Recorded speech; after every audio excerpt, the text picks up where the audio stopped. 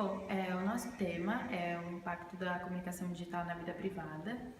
E para começar, acho que não tem como a gente falar disso sem falar da internet e de todos os benefícios e os malefícios também. A internet tem muitos pontos positivos, como reduzir barreiras, facilitar uma comunicação a tempo real, mas tem muitos pontos negativos também, principalmente relacionados à perda de privacidade. Como o tema fala sobre a vida privada, a gente pesquisou bastante e conversou bastante sobre essa existência mesmo da vida privada e até que ponto a gente postar coisas na internet fazem com que a nossa vida seja não mais privada, mas pública, que qualquer pessoa possa acessar qualquer informação que a gente publica na internet.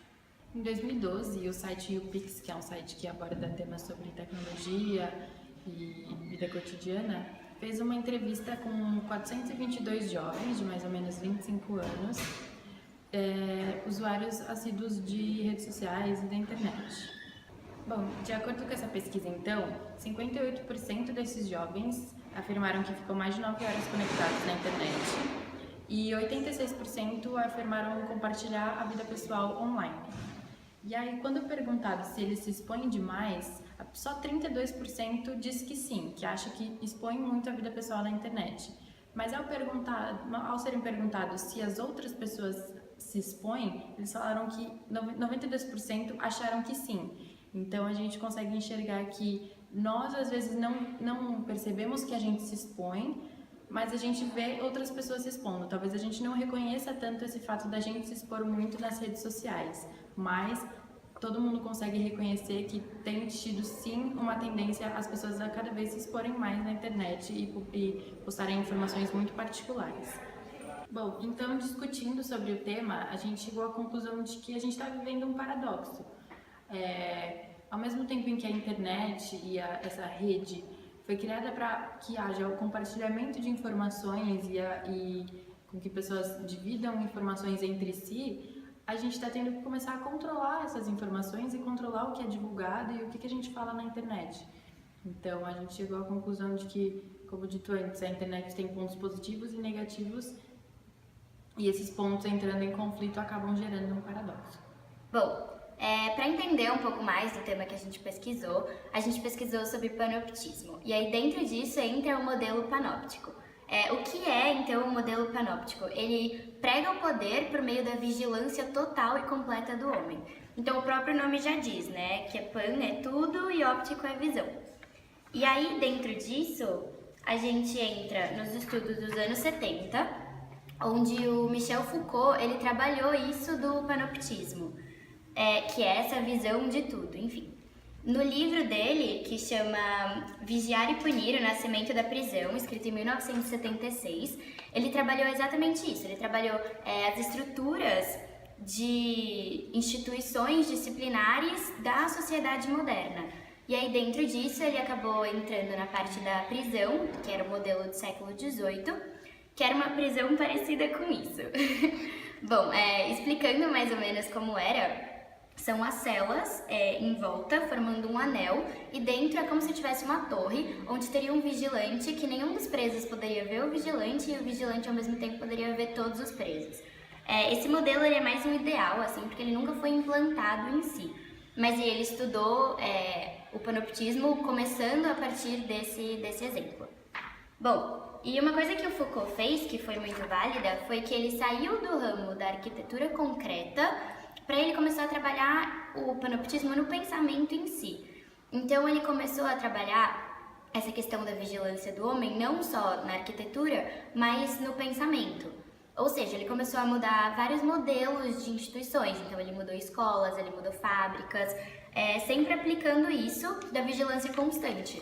Um exemplo disso é inclusive o modelo de sala de aula que a gente tem hoje, onde o professor, que é o vigilante no caso, ele fica numa posição onde ele tem visão da sala inteira e onde um aluno não tem a mesma visão que ele tem. É um exemplo do panoptismo que veio aí dessa época.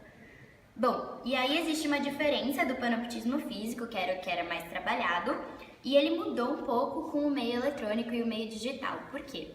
Porque quando a gente fala do panoptismo físico, é mais a coisa das câmeras de segurança, enfim, que o indivíduo ele se sente mais protegido quando tem as câmeras filmando ele, então por mais que ele seja vigiado sem desejar, ele se sente seguro. O contrário acontece no meio eletrônico, então é uma mão invertida, assim, porque com o mapeamento das redes sociais, com sites que têm acesso a todos os nossos dados, a gente acaba tendo medo dessa vigilância e não, a gente para de se sentir seguro, né?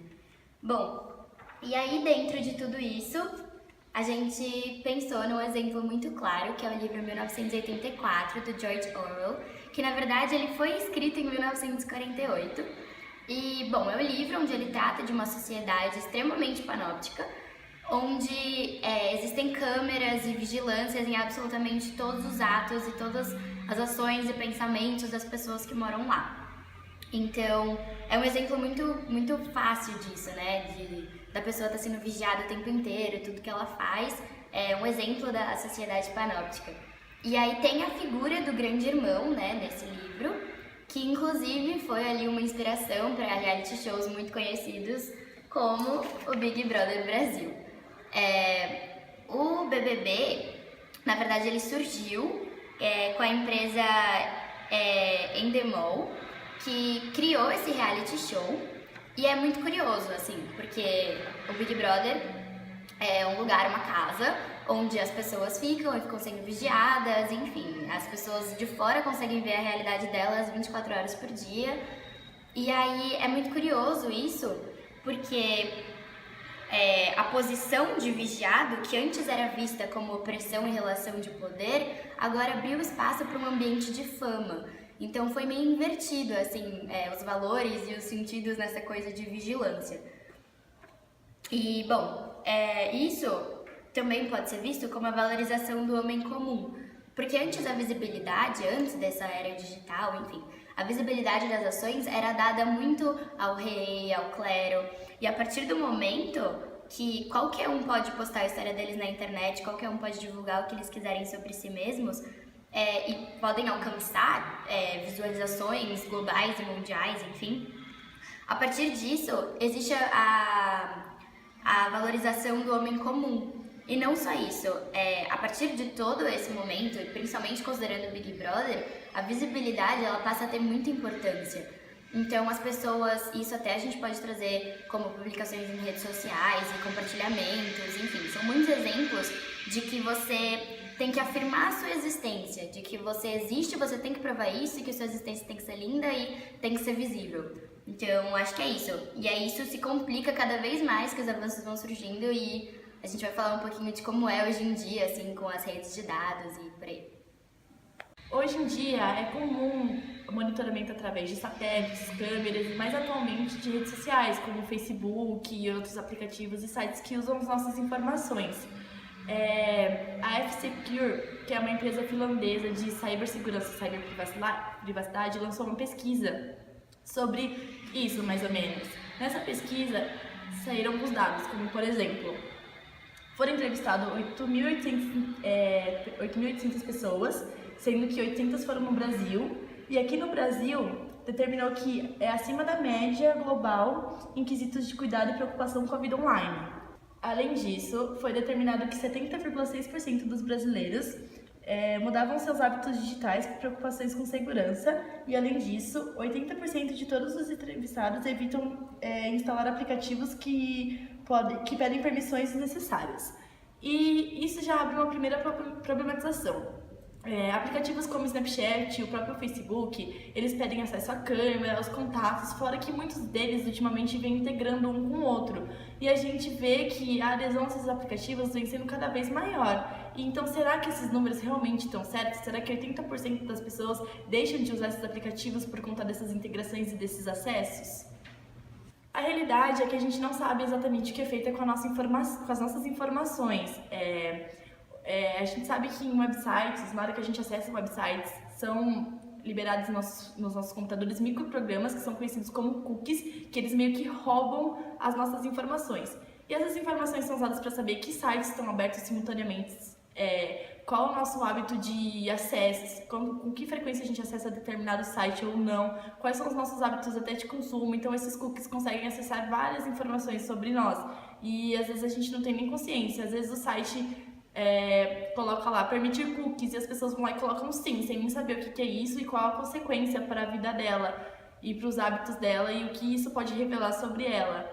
O Facebook, ele, através das nossas informações, através das nossas interações, dos nossos compartilhamentos, eles induzem determinados comportamentos e, através de algoritmos, eles montam um feed de notícias, um mural pra gente personalizado. Então, quer dizer, ali vão aparecer coisas que eles acreditam que a gente gostaria de ver, nada além daquilo mostrado. Então, quer dizer, eles escolhem o que vocês vão ver ou não, o que a gente vai ver ou não. Além disso, eles vendem as nossas informações para as outras empresas a partir dos nossos hábitos de consumo e aparecem lá também anúncios de acordo com o que essas empresas acreditam, de acordo com as informações passadas para ela que a gente gostaria de consumir. Isso pode levar a gente ao seguinte questionamento: quem vigia o vigilante? Essa frase de Platão nunca foi tão atual. Quem vigia o Facebook e os outros sites e aplicativos que usam as nossas informações? Na Constituição brasileira, existem até alguns artigos de leis que atestam a privacidade das pessoas. Em 2014, saiu uma lei chamada Marco Civil da Internet, que inclusive ela foi sancionada pela presidente Dilma agora em 2016. Nesse Marco Civil, algumas coisas são previstas, como assim, ela tem o intuito de regular o comportamento, direitos e deveres de empresas e pessoas físicas mesmo na internet. E tem alguns fatores, alguns assuntos que estão previstos lá, como a própria privacidade e responsabilidade civil na internet. Isso já é um começo, mas será que é o suficiente? Nesse trabalho, foram feitas entrevistas com conhecidos nossos acerca do tema e alguns comportamentos foram observados. Por exemplo, ninguém associou ao compartilhamento de informações por esses aplicativos e sites que foram mencionados anteriormente com privacidade. Ninguém citou isso em nenhuma das entrevistas. Além disso, outro comportamento que foi observado conforme aumenta a idade do entrevistado, diminui potencialmente as redes sociais que essas pessoas utilizam. O que é mais chocante é o fato de que todos eles se sentem mais observados e sentem que o público vem se misturando cada vez mais com o privado com os avanços tecnológicos. Muitos afirmaram, inclusive, que os impactos, para diminuir esses impactos que esses avanços causam, como a diminuição da privacidade, o que fez foi diminuir o número de compartilhamentos ou o número de posts nessas redes, parou de usar um pouco essas redes sociais, os sites e os aplicativos.